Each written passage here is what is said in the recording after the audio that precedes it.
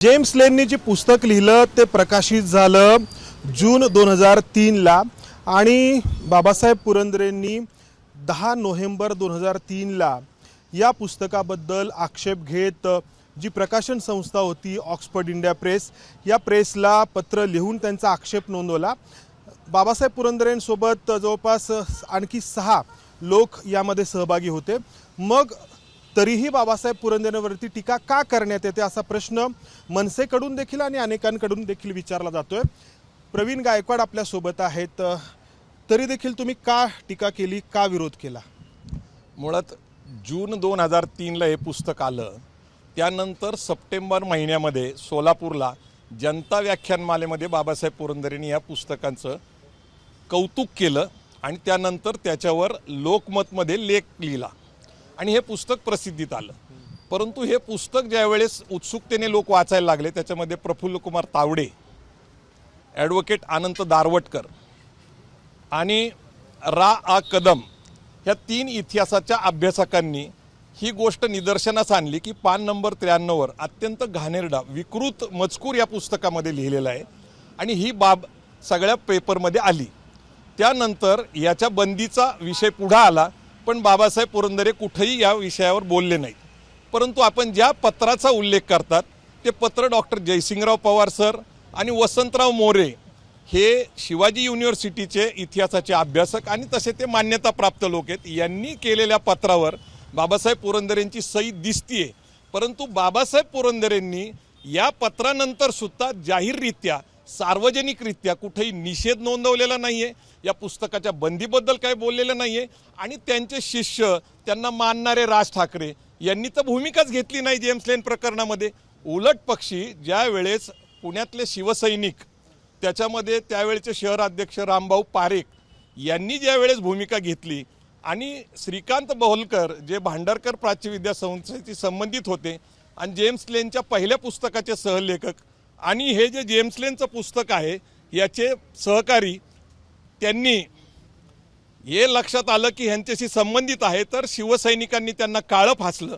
त्यांना काळं फासल्यानंतर तो निषेध नोंदवला तर खरं तर सगळीकडे कौतुक झालं होतं। परंतु राज ठाकरे श्रीकांत बहुलकरांच्या घरी गेले आणि त्यांची माफी मागितली, म्हणजे जेम्स लेन प्रकरणामध्ये त्यांनी माघारच घेतली ज्यावेळेस हे प्रकरण पुढे चाललं होतं। आणि मग संभाजी ब्रिगेडचा प्रवेश झाला। नोव्हेंबरमध्ये हे पत्र लिहिलं हे किती लोकांना माहिती आहे?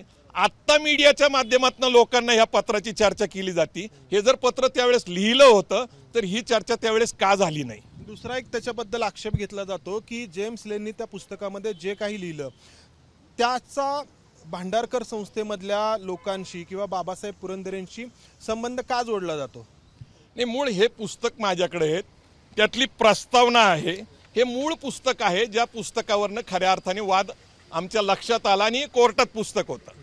तर या पुस्तकाच्या प्रस्तावनेमध्ये ज्या ज्या प्रमुख लोकांची नावं आहेत त्यामध्ये ज्यांचे आभार मानलेले आहेत त्यांच्याशीच चर्चा, भेटीगाठी झालेल्या आहेत। इतिहासाच्या निमित्ताने असतील, पुस्तकाच्या निमित्ताने असतील।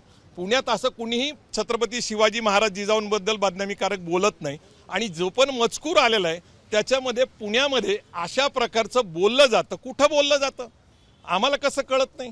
आणि म्हणून जे काही लिखाण केलेलं आहे त्याचा दुसरा दुवा खूप महत्त्वाचा आहे। ते आता हे पुस्तक आहे माझ्याकडं, पुरंदरेंच्या इतिहासाची बखर। पुरंदरेंच्या इतिहासाची बखर हे राजा शिवछत्रपती हे त्यांची कादंबरी आहे। त्यातल्या ऐतिहासिक अनैतिहासिक गोष्टीवर चर्चा केलेली 200 पानांचं पुस्तक हे डॉक्टर आ साळुंके जे संस्कृतचे पंडित आहेत त्यांनी हे पुस्तक लिहिलेले। 200 पानामध्ये त्याच्यामध्ये किती चुकीचा इतिहास आहे आणि त्याच्यामधला सगळ्यात आक्षेपार्ह गोष्ट जी आहे ती बाबासाहेब पुरंदरे लिहितात की बाल शिवाजी, जिजाबाई आणि दादोजी कोंडदेवचं गोत्र एक होतं। हिंदू धर्मात गोत्र कुणाचं एक असतं? आई, वडील आणि मुलाचं। हे वाक्य लिहिणं, अशा प्रकारे खुळचटपणाने लिहिणं हे काही जाणीवपूर्वक केलेलं वाटतं का? मी तसं म्हणणार नाही। परंतु तशा प्रकारचा उल्लेख ह्या पुस्तकामध्ये येतो आणि दोन्हीही जे काही गोष्टी आहेत दादोजी कोंडदेव वडील असल्याचा या दोन्ही पुस्तकामध्ये साम्य दिसतं। मग बाबासाहेब पुरंदरेच्या पुस्तकामध्ये तसाच मजकूर येतो आणि जेम्स लेनच्या पुस्तकामध्ये तसाच मजकूर येतो, याचा अर्थ काय घ्यायचा? जे पांडुरंग बलकवडे आहेत बाबासाहेब पुरंदरेंसोबत जे होते त्यांचं असं म्हणणं आहे की हा सगळा कट होता साम्यवाद्यांचा आणि जेम्स लेनला त्या ठिकाणी एका अर्थाने प्लांट करण्यात आलं. त्याचबरोबर सीताराम येचुरी आणि शरद पवार यांनी असंही म्हटलं त्यावेळी की जो आक्षेपार्ह मजकूर या पुस्तकातला जर दूर केला गेला तर हे पुस्तक प्रकाशित करायला त्यांचा विरोध असणार नाही, म्हणजे सीताराम येचुरींचा आणि शरद पवारांचा. नाही, मुळात काय आहे, हे पुस्तक वादग्रस्त झाल्यानंतर महाराष्ट्र सरकारने त्वरित त्याच्यावर बंदी घातली. परंतु हे विषय कोर्टात गेला, त्याच्यानंतर सुप्रीम कोर्टात गेला आणि सुप्रीम कोर्टामध्ये काही कारणास्तव ह्या पुस्तकावरची बंदी उठवण्यात आली. त्यामुळं तो पुस्तक म्हणजे त्याची कारणं अनेक आहेत, ते पुस्तकावरची बंदी उठवली ही वस्तुस्थिती आहे. पवार साहेबांचा ह्या पुस्तकाला विरोध होता का, तर त्यावेळेसही त्यांनी भूमिका घेतली आणि आजही त्यांनी स्पष्ट सांगितलं की या पुस्तकाला त्यांचा विरोध आहे आणि त्या पुस्तकाच्या अनुषंगाने ज्यांनी लेखन केलेलं आहे त्यांना पण विरोध आहे. राज ठाकरे परवा असं म्हणाले की राष्ट्रवादीची स्थापना झाली आणि मग संभाजी ब्रिगेड त्यांच्या प्रभावातून निर्माण झाली आणि हे सगळं झालं. नाही, मूळतः मराठा सेवा संघाची स्थापना 1 सप्टेंबर 1990ची आहे आणि त्याची युवक शाखा म्हणजे संभाजी ब्रिगेड आहे. म्हणजे 90 साली म्हणजे राष्ट्रवादीच्या स्थापनेच्या 9 वर्ष अगोदर आणि 90 साली तर पवारसाहेब काँग्रेसमध्ये होते, त्यामुळे राष्ट्रवादीची स्थापना झालेली नव्हती. आणि संभाजी ब्रिगेड एका विचारधारेने काम करते, ती शिवराय फुलेशाह आंबेडकर बहुजनवाद आणि अशाच प्रकारचा विचार राष्ट्रवादी काँग्रेस मांडते. मराठा संघटना असल्यामुळं आणि पवारसाहेब मराठा असल्यामुळं अशा प्रकारचं नातं जोडलं जातं. बऱ्याच वेळा आमच्या भूमिका सारख्या असतात आणि त्यांच्या भूमिका आणि आमच्या भूमिका सारख्या असल्यामुळं प्रत्येक वेळेसच आम्ही बरोबर आलोय का, तर ही गोष्ट खरी नाही.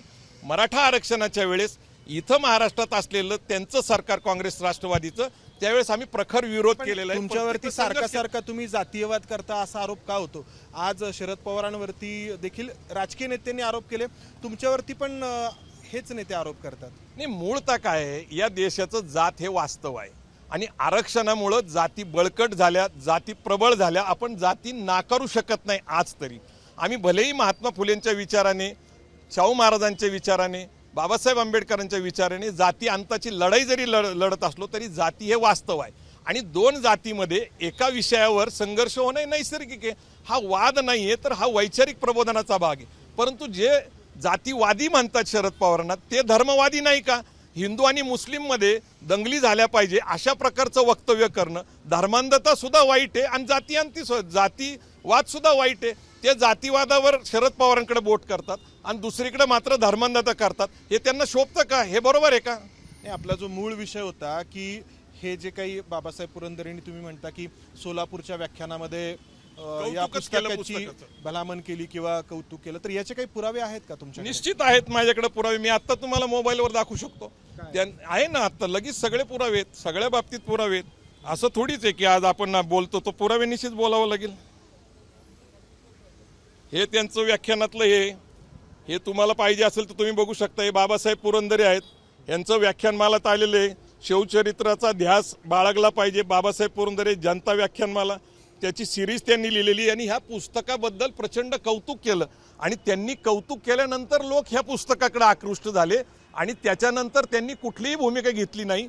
जयसिंगराव पवार सर वसंतराव मोरेंनी विरोधात घेतलेल्या भूमिकेत त्या पत्रावर त्यांनी सही केलेली आहे.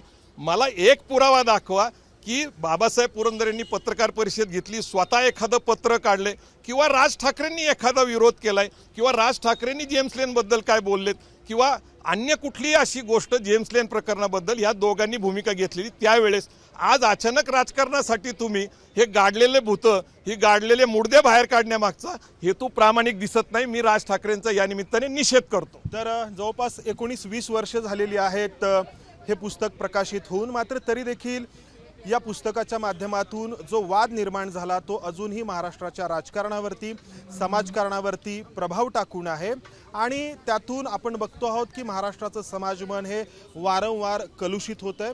हे रोखायचं कसं? तर अर्थातच या मुद्द्याचा, या प्रकरणाचा राजकारणासाठी वेळोवेळी जो उपयोग होतोय तो थांबायला हवा. कॅमेरामन अमोल गवाळेसह मंदार गोंजारी, एबीपी माझा, पुणे. एबीपी माझा, उघडा डोळे बघा नीट.